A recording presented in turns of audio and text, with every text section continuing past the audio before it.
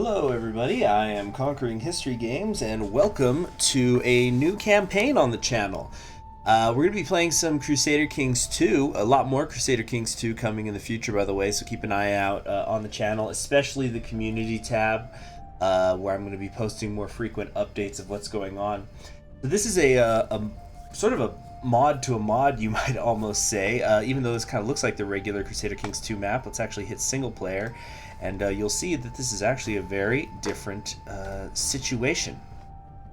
You see, we're going to be, let's just hit custom game setup so you can actually look at the map. This is at the After the End fan fork, which is a variation on the Crusader Kings 2. Hold on a second. Just turning that desktop audio down a tiny bit. I don't know how it was for you guys, but it's just blasting in my ears for a second.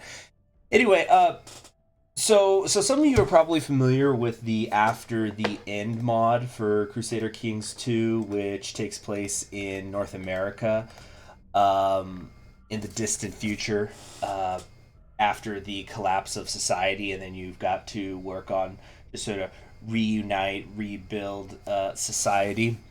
Well, this fan fork here is basically the European, or maybe it's a lot more than Europe, sort of the traditional Crusader Kings 2 map version of that, where you've got a lot of interesting things going on. You've got different religions here: the Tsars, the novelists, the Thelema, and things like that. So I'm not going to go into all the differences that exist in this, but as you can see, it is the year 2555. There are some, I guess I could read a couple of these. As you can see, they've used the bookmark dates to just sort of geographically show you different areas of the map that are interesting. So for example, if we click Rise and Fall, this talks about Western Europe. Western Europe has been for decades the fighting ground of Christianity and paganism, as the French united under the novelist empire of Numenor. Catholics, Palmarians, and Protestants fought them and each other to achieve hegemony on the land. However, ages of war wore out the great kingdoms and empires, causing many to fall and break.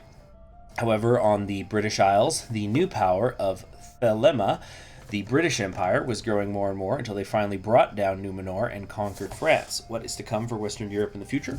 Will the cross rule the land once more, or will the shadow of Thelema force all under the will of the queen? So, of course, you know at some point, being a big Tolkien fan, I've got to play the novelists, I got to play in this area, but I don't really want to get into that until I'm more familiar and more experienced with this mod. But as you can see, you have different characters you have. So, King Aragorn of Paz del... I'm so bad with French. Pays de Calais. I'm not very good at French. I once tried to learn it many years ago, but it's frankly a bullshit language. Sorry for cursing, but so many silent letters. It's a joke. So you've got Lord Protector Frederick of Britannia and stuff like that. So you have these, like I said, they're interesting characters that they suggest that you play. What we're going to be doing, though, is we're going to be hanging out in the shadow of the Shadow of the Crown area here in Russia. Before the event, it is said that much of Eastern Europe had to bow to the land of Russia, though those that believe in the Tsar, or Lord Stalin, claim this was for the protection of all. Now, however, with Russia broken and divided, new powers have risen to take control of those great lands. Lithuania, Transnistria, and Yugoslavia all aim to put this part of Europe under their own rule. Will they be the one that succeed, or will Great Russia be brought back, once again extending its shadow over all these lands? So what I wanted to do for this first one is I wanted to play an interesting country, area, nation, whatever you want to call it, but something that I could potentially come back to and play that style again once I learn it more. So this campaign, this initial one, I'm going to say is definitely not one that has a strong chance of succeeding. I definitely would say it's in fact a strong possibility I'm going to lose, because I did a little test playthrough and it is a total free-for-all out here. Very difficult, especially with who I'm going to play. we're going to be playing as... Oh, geez, I probably should have figured out how to pronounce this before before I even started. But as Kniaz Leia of Kaluga here. So he is a Muscovite, meaning Eastern Slavic, and a Tsarist. So we need to explain what the Tsarists are to understand this area. Originating long before the event. Let me actually show the religion map mob so you can see it. Yeah, so Tsarist with a Z. So Tsarists, originating long before the event, Tsarism is a national religion that holds that the world was created by a powerful spirit. Though he created all men, most of them turned their backs on him and followed strange beliefs. Thus, he abandoned them and bestowed his favor only upon Holy Russia, his chosen people. Tsarists hold that this great spirit bestows his grace upon a temporal ruler who is chosen to be Tsar. The Tsar is blessed by this spirit, commands the full and unconditional obedience of the people, and upon death is taken up to heaven and deified. Many Tsarists express their piety through prayer to former Tsars and pilgrimages to their burial sites. So the high god is called the Tsar. The Tsar is also referred to as the Tsar or Romanov or Rikovich. The evil gods are Bezboynik, Rasputin, and Lord Stalin. The Chronicles of Days Past is their version of Holy Scripture. And the Tsar, head of the religion, can grant divorces, they can grant claims on titles, they can call for a great holy war, priests can marry, their fleets can navigate major rivers, so it's kind of like the Norse gods in vanilla. Tsarists can take up to 3 concubines, and the Kremlin is held by a secular ruler and can be destroyed or created normally. So let's talk about, we can't talk about Tsarists and not talk about the Stalinists. So the Stalinists are down here. They are described as the Stalinist faith reveres Lord Stalin as the one and only true Tsar. I think this is considered to be a heretical belief in relation to the Tsarists. Anyway, drawing on old texts that list him among the protectors of Russia, along with the multitude of statues and temples dedicated to his name. Mainstream Tsarism came to regard Stalin worship as a heretical early on, and the Stalinists were driven south by long years of persecution. Stalinists believed that only through tireless devotion and class struggle can they help Lord Stalin defend the motherland from its many, many enemies. So you got Stalin, Lenin, and Brezhnev as their gods. The evil gods, they have a lot more. The kulaks, the wreckers, the Bursuyus, revisionism, Trotsky, which I think is hilarious. Gorbachev, Jesus, the Tsar, of course, fascism, capitalism, the West, and America and Gosdip. And as for the details of like their scripture and stuff, that doesn't really matter because we're not playing as Stalinists. But the point is that they are in sharp opposition to the Tsarists. All right, let's go back to this map here. So we're going to be playing as Kaluga here instead of, say, Smolensk. Or there's also Tiny Moskva here. There's Tver. Literally, the only reason I've chosen Kaluga of all of these is because the house's name is House Tsiolkovsky. I think that's how it's pronounced. So Tsiolkovsky was a guy who was mainly famous for his... let's actually start getting into the game now. His rocket equation that he came up with in the 1800s. This is a guy who, like, he predates even Goddard and Oberth and stuff. Really interesting dude, actually. He had a... Oh, gosh, I'm trying to remember what the term for it was called, but he had a list of things of what he thought was going to be needed for humanity to conquer the solar system. Of course, his ideas thought it was going to take tens of millions of years, and we've already done, I think it's a list of like 14 things, and we've done 10 of them already in terms of getting out into space, building rockets, being able to make it that a man can like step outside of a capsule, obviously with the assistance of his spacesuit and walk around and stuff. So we're moving much faster than Tsiolkovsky thought we would. And it's just, so I just love the rocket ship going up there. And the real shame is that, like, you can't customize the house. I was trying because I was originally going to do this as Smolensk and then just change the name. but the logo appears to just be tied to Kaluga here. I can't give it to anybody else. So this is literally the only reason we're playing is them. Okay, so I've been talking for a while, but you guys know how it is with Crusader Kings 2 stuff. All right, so I am an intricate web weaver. I am deceitful, craven, shy, and arbitrary. Got very good intrigue. That's good. That's very good. I'm already married. That's great. And I have several children. Okay, that's good. That's good. Because, like, you know, Smolensk guy, not so much. All right, that's good. So, we need to... what we're going to be doing is... we're going to talk about claims here for a second. So, as you can see, if I click on Cherganov, for example, Great Russia... I can do something called claim Cherganov or Mogilev. Great Russia must be whole again. Russian rulers can declare war to subjugate all titles held by other rulers within a duchy in de jure Russia. So de jure Russia is like Malorossiya here, but there is a way. I haven't played it through that much because, of course, it would take hours, and I want to get some of this. I want to get some stuff online, but from what I was understanding from speaking with one of the devs, is after you form Malorossiya, you can then form the office of Tsar, you know, the ruler on Earth, and eventually you can claim all of what was Russia, like, today or something to that effect. It kind of, I didn't get too detailed with him because of spoilers, but it seems like it's something similar to the Slavic Union that you can get in vanilla Crusader Kings 2, where you just have this massive empire. So we're going to be trying to do that. And also, speaking of things we're trying to do, they have their very own achievement list, which I think is cool. So if you click down here, underneath what is usually the China button, you have the regular achievements, but once you go to like the next page, you can start to find some interesting things. So, one more try, form the CCCP. Invariata Concordia, form the European Union. 419, Eater, waste the time of a Nigerian prince, and so on and so forth. There's just a lot of interesting stuff. There's going to be revolutions coming and things like that.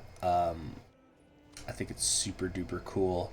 Yeah, March of Angles is a German member of a communist religion, have the organizer leadership trait, stuff like that. So yeah, we're mostly going to be trying to become Tsar and then see how much of former Russia we can put together. Okay, one other thing I wanted to point out, though, as long as we're in this section of the map, it is the Nigerian Empire who you negotiate in this one, not China.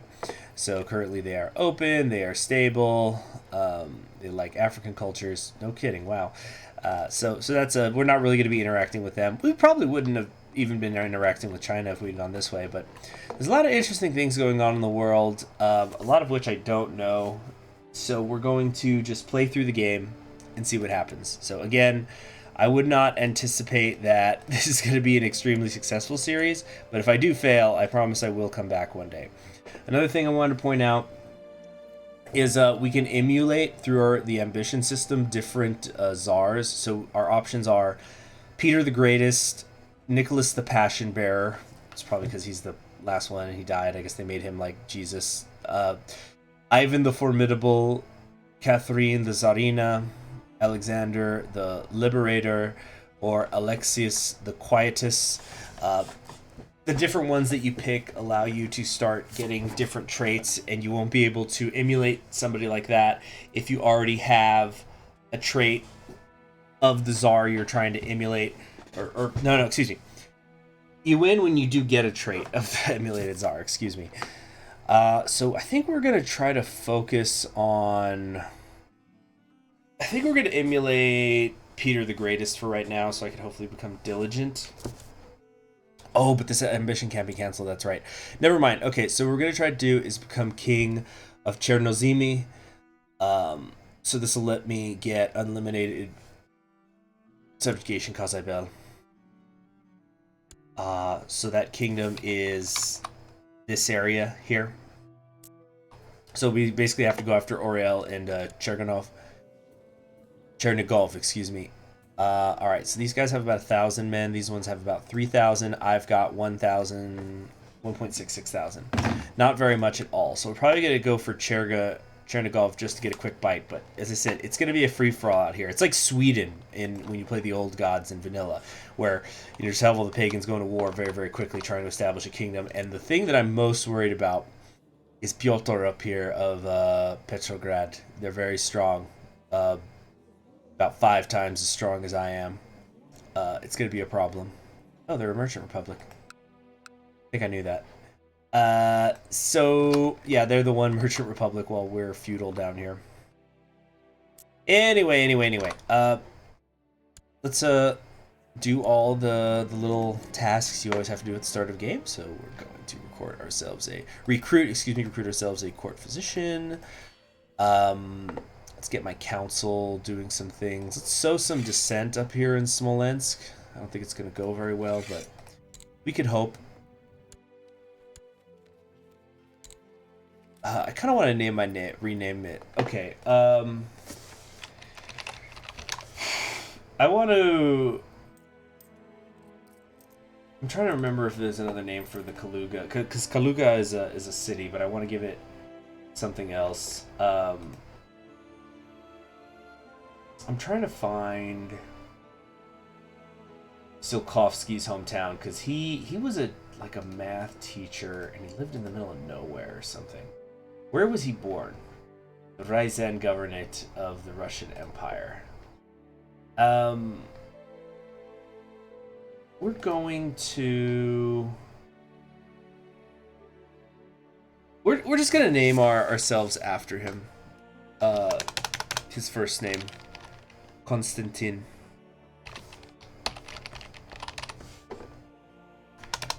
Okay, and the Konstantinian. Constantinian. Okay. Yeah, Konstantin. That'll be better. And we'll rename ourselves later whenever we form the empire. Okay. Council, right. Okay, so we want to collect some taxes. We're going to need money. Let's try to go study some technology out there in the world. And researching some cultural tech. Of course, Moskava, is the grand prize with all its holdings. We want to make our way up there later when we can. It's another oligarchical republic instead of a merchant one. But for right now, we're just going to make our claim on Cherganov. Oh, right, I need the prestige, duh. Okay, I'm dumb. Now, we're going to want to try. Right now, we've got a Gavelkind succession. You better believe we want to get rid of that. I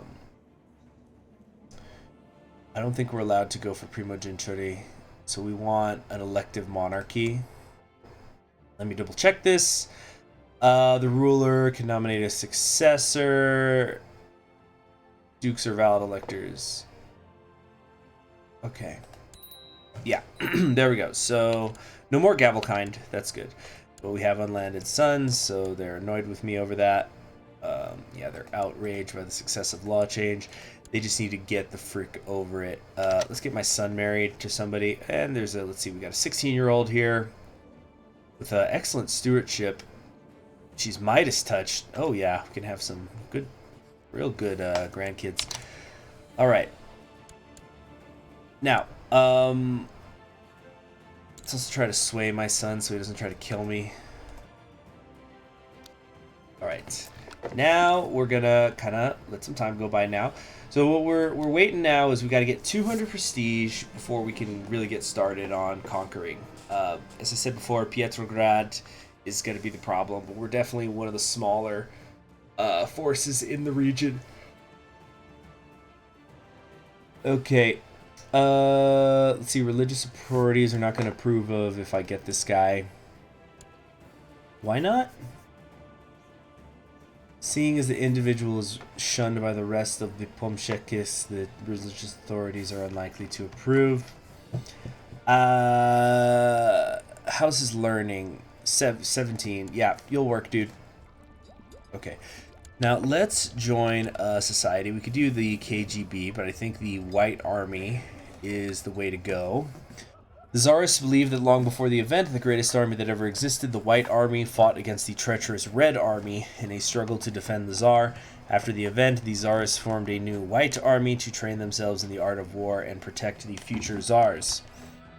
Yeah, we're going to do that. You'll be fighting one of our own. Are you still interested, my lord? I didn't even check what my martial is, or my personal combat. Okay, my personal combat skill is only 13 because I'm Craven.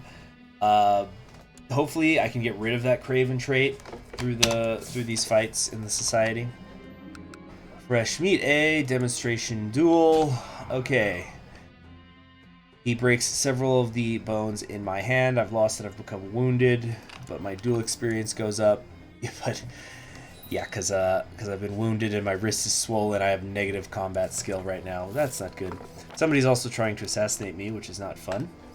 But I've joined the White Army Society. What other things we have here? Somebody's wanting me to come to a gathering of friends. Of course, I'll come. Yeah, it's going to be interesting to see what the different people do. Look at this Yugoslavia. Just Tito's dream right here. Somebody wants to marry my daughter. This is the... No, that's not going to happen. I should marry my daughters off, though. I'm not sure what kind of... Could we possibly... Maybe I should try to swing an alliance with one of these bigger nations. Stats Entel.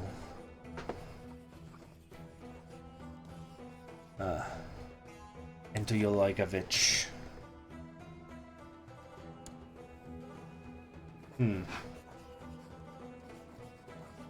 We're gonna arrange this betrothal with my daughter. No, the age difference is way too big. And political concerns.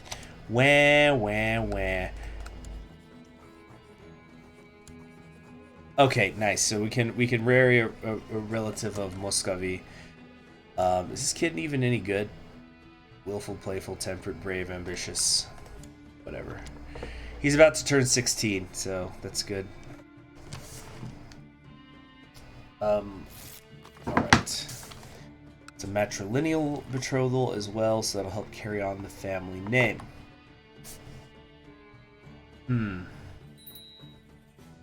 Now, is my prestige hurt? Because, yeah, I don't have unlanded sons. That's right. That is how that works.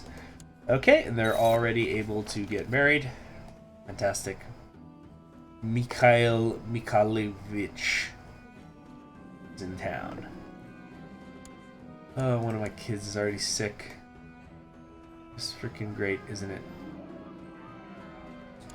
Alright, we're carousing, we're having a good time, man. I'm actually losing renown every day because I'm Craven. Oh, man, that's not good. But I'm making friends, and I suppose that's what matters. I guess I should formally nominate my son. Yeah, he likes me a bit more now. That's another quick 20 prestige. Don't want to go into hiding, I really don't. Oh, I could secretly convert to Orthodoxy if I wanted to. Yeah. Alright. Merchant has shown up telling us about the mythical Congo. I can get a courtier. He's got 15 diplomacy.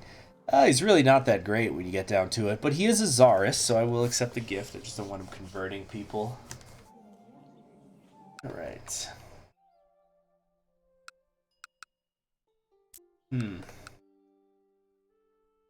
Okay.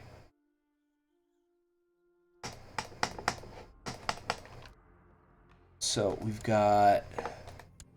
Sorry if I'm a little quiet. Okay, so I guess let's kind of take a look at what's going on generally in the rest of the world. As you can see, there's a Prussia. Germany generally looks like it's reverting to its HRE days. There's the Netherlands along the Frisian coast. There's Belgium. I think there's also a small... Was there something small here? I forget. There is a Luxembourg. There are also bloodlines, by the way. So, like, if you look at the Pays de Calais, there's the Bonaparte blood, meaning Isildur Bonaparte, not Napoleon. A warrior and great king of legend, uniter of the kingdoms of Arnor and Gondor, High King of Numenor, and popularizer of novelism. So this is a over 300-year-old bloodline by now, which is really awesome. Yeah, let's ask him to get together, and if we come up here. Oh no, I thought the British had their own bloodline. Actually, there's a really easy way to check. Yeah, so we've got here the 14 paladins of fame and legend, for example. So, famous in story and song, these knights came from all over Spain and France. Their deeds have inspired generations of warriors. So you get the francophone opinion, knights, bards, and damules, different things like that. Obviously, these are based on vanilla bloodlines and things like that. And of course, if you want to know about some of these characters, you just go over here to their Wikipedia link where it'll say, this character has no Wikipedia. Bruh! But let's see if I can find, while we're just letting some time go by as my prestige goes up. Whoops. We've got here, there was one I thought was interesting. Right here, yeah, Mahatma Gandhi. A figure regarded with a deific status in India, the Mahatma is famed in legend for expelling the British and for inspiring a moral revolution among the Indian people. He's got one descendant out here in Darv, in what's Gujarat, but he owns, what is it? This one? No. Dang it, I lost him. But yeah, there's like little interesting bloodlines all around. Kind of want to, yeah. Let's speed things up actually. He's spreading lies about the liege, and I've lost my chancellor. A shame. Okay, let's get back to it. Sow some dissent, dude. Oh no, is my prestige dropping? That's because I have landless sons. What a pain in the ass. I don't want to give away some of these counties. Oh cool, I've been challenged to do a duel for honor against Vasily of Istra. Sure. Wait, why can't I duel him? Can't have recently been involved in any duel. Okay, that's annoying. I guess he was just in one recently. So my renown is continuing to plummet. I'm down to 47 when earlier I had, I think, 87. Another marshal.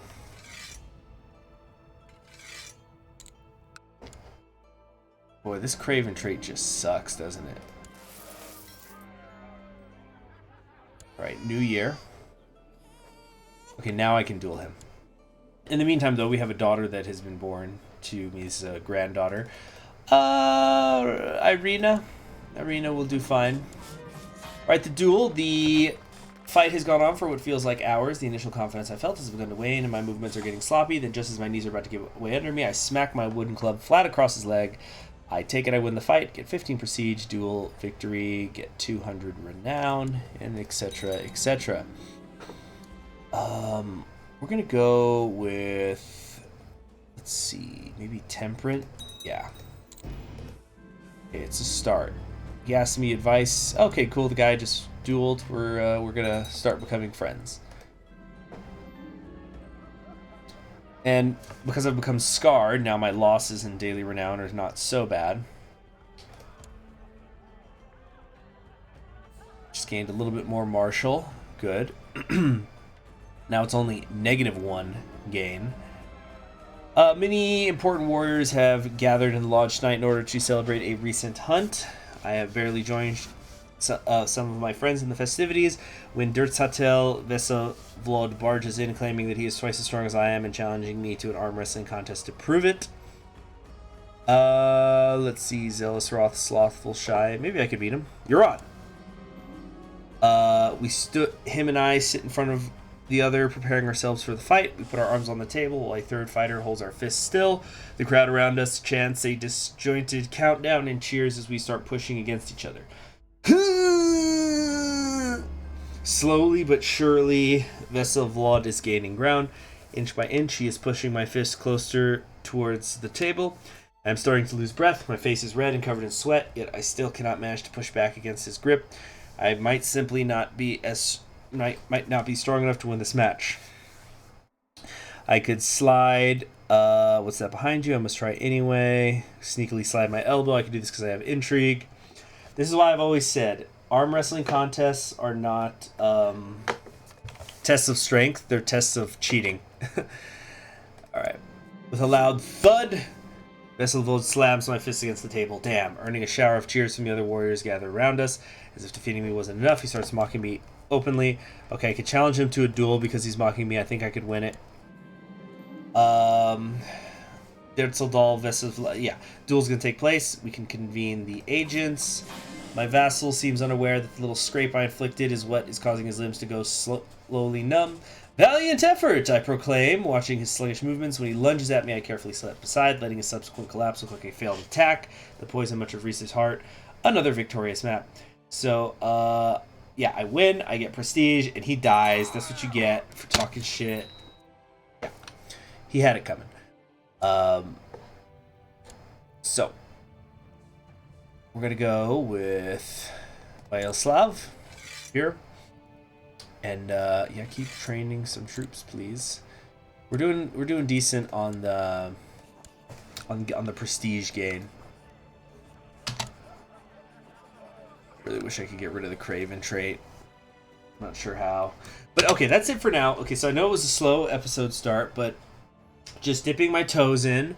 We're kind of all doing this, and I really want to learn this world. I'm really intrigued by it. Thank you for joining me. I'm Conquering History Games. I hope that you're interested in the series. And you all have yourselves a wonderful day. And please be sure to subscribe and click the bell so you're always going to be notified whenever a new video of this series goes up on the channel. See you later.